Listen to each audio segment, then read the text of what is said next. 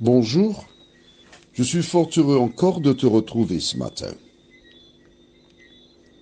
Nous avons vu hier comment traiter nos ennemis. Élisée, l'homme de Dieu, indiqua au roi d'Israël, de la ville de Samarie, qu'il devait organiser un grand festin pour les recevoir et après quoi les laisser partir. Aujourd'hui, nous verrons un autre récit de la Bible au livre de Juges, chapitre 10, versets 6 à 9.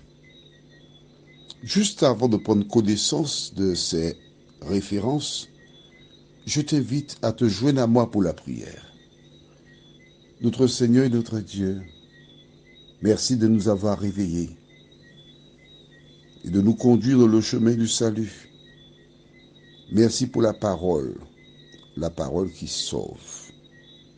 Que le Saint-Esprit continue de nous diriger dans toute la vérité et que nous soyons en mesure, jour après jour,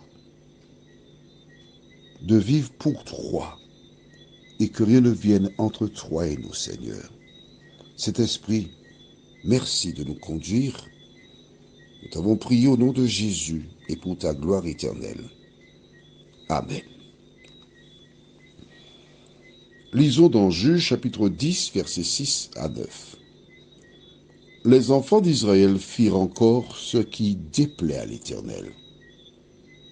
Ils servirent les Baals et les Astartés, les dieux de Syrie, les dieux de Sidon, les dieux de Moab, les dieux des fils d'Ammon et les dieux des Philistins. Et ils abandonnèrent l'Éternel et ne le servirent plus. La colère de l'Éternel s'enflamma contre Israël et il les vendit entre les mains des Philistins et entre les mains des fils d'Ammon. Ils opprimèrent et écrasèrent les enfants d'Israël cette année-là. Et pendant 18 ans, tous les enfants d'Israël qui étaient de l'autre côté du Jourdain dans le pays des Amoréens en Galahad, les fils d'Ammon passèrent le Jourdain pour combattre aussi contre Juda, contre Benjamin et contre la maison d'Éphraïm. Et Israël fut dans une grande détresse. Je voudrais donc rectifier certains propos que nous venons de lire. Tu as noté qu'il est dit que l'Éternel vendit Israël aux Philistins. Ce n'est pas tout à fait cela, pour ne pas dire que ce n'est pas cela du tout. Que je t'explique. L'Éternel, je vais utiliser une métaphore, c'est la toiture de la maison. Tu connais une maison? Bien, tu as les murs et la toiture. La toiture, c'est la protection. Qu'il pleuve, qu'il y ait du soleil, la toiture protège. Sauf que cette toiture, elle peut sortir à tout moment. Elle peut rester aussi. Tout dépend des occupants. Quand les occupants... non, je vais prendre un exemple plus simple, beaucoup plus simple. Tu vas comprendre. On parle de voiture décapotable, c'est le même principe. D'accord? Tu as un véhicule décapotable. Alors il y a des personnes qui aiment frimer, comme on dit. Gros soleil, la voiture décapotable et roule. Maman, comment font-ils? Je ne sais pas. Ça, c'est leur problème. Je ne les juge pas. Mais quand il pleut, que fais-tu? Ah non. Tu fais remonter afin d'être en sécurité. Quand tu as Dieu avec toi, le véhicule est recouvert. Et quand tu ne veux pas de Dieu, le véhicule est découvert. Tu reçois le soleil, tu reçois la pluie, tout. Pourquoi? Parce que tu as fait le choix. Je voudrais rectifier aussi dès le premier verset que nous avons lu, verset 6. Les enfants d'Israël firent encore. Tu vois, chaque fois tu verras ce mot-là, encore. Ce qui indique que ce n'est pas la première fois qu'ils ont lâché la main de Dieu. Ce qui déplaît à l'Éternel, ils servirent les Baals et les Astartés, les dieux de Syrie, les dieux de Sidon, les dieux de Moab, les dieux des fils d'Ammon et les dieux des Philistins, et ils abandonnèrent l'Éternel et ne le servirent plus. Que fais-tu? Tu aimes un homme, c'est ton mari. Un jour, tu rentres à la maison et tu découvres dans votre chambre à coucher le maillot de bain trempé d'une femme. Il y a une piscine, hein? Il reste sans voix, il n'a pas d'explication à te donner. Tu sais qu'il a emmené une femme qui se sont baignées dans la piscine. Ensuite, qui ont été dans la chambre à coucher. Qu'ont-ils fait lorsqu'il a enlevé le maillot? Tu n'es pas une enfant, tu sais ce qu'ils ont fait. Et cet individu,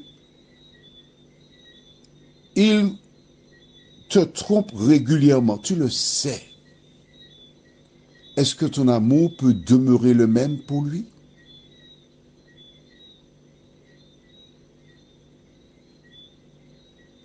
La Bible te dit, à partir du moment où ces personnes, les enfants d'Israël, adorèrent d'autres dieux, ils rejetèrent l'Éternel. Qu'a fait l'Éternel? Il s'est retiré. Il les a laissés à leur sort. Mais c'est la même chose avec toi. Comment peux-tu accepter d'avoir une rencontre et prendre le risque de recevoir toute espèce de maladie?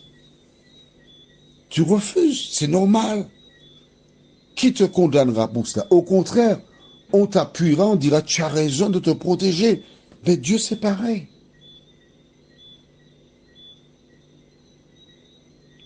Il s'est en allé. Mais quand Dieu s'est en allé, tu n'as plus de protection. Et que se passe-t-il? L'ennemi qui sait que le Messie doit naître du peuple d'Israël, l'ennemi qui sait que celui qui doit venir écraser sa tête sortira de ce peuple, il s'organise pour envoyer les autres, les Philistins et autres, maltraiter Israël et en faire à nouveau des esclaves comme ils étaient en Égypte. Voilà son projet. Pendant 18 années, ils ont souffert. 18 années. Certaines personnes depuis 43 ans sont là en train de souffrir, attendant que Dieu fasse quelque chose pour eux. Beaucoup oublient ce verset où le Christ déclare « Lève-toi, prends ton lit et marche ». Face à des situations, tu dois faire comme le Seigneur. Tu as vu ce qu'il a fait avec Israël, mais c'est à toi de voir. Pendant 18 ans, ils sont opprimés. 18 ans, ils sont abusés. Ces gens montent, prennent tout ce qu'ils plantent, leurs animaux. Attention, interdiction d'avoir des personnes qui travaillent le fer. Il fallait descendre chez ces personnes-là pour aiguiser tout ce qu'il y avait comme ustensile pour l'agriculture. Alors pourquoi? C'est ce que je t'expliquerai demain matin si Dieu veut. Prions. Seigneur, nous sommes interpellés par le mot « encore » au verset 6. Les enfants d'Israël firent encore ce qui déplaît à l'Éternel. Ils allèrent derrière les idoles. Ils se tournèrent vers d'autres dieux. Seigneur, comment comprendre ce comportement? C'est ce que nous verrons demain si tu nous prêtes vie. En attendant, merci de nous éclairer. Merci de nous montrer les conséquences lorsque nous abandonnons la parole de Dieu pour suivre nos propres pensées. Fais du bien à tes enfants, nous t'en prions. Au nom de Jésus et pour ta gloire éternelle. Amen. Je te souhaite une bonne journée en te rappelant que aussi longtemps que Jésus est avec toi, tu n'as rien à peur, à craindre. Alors, n'aie pas peur.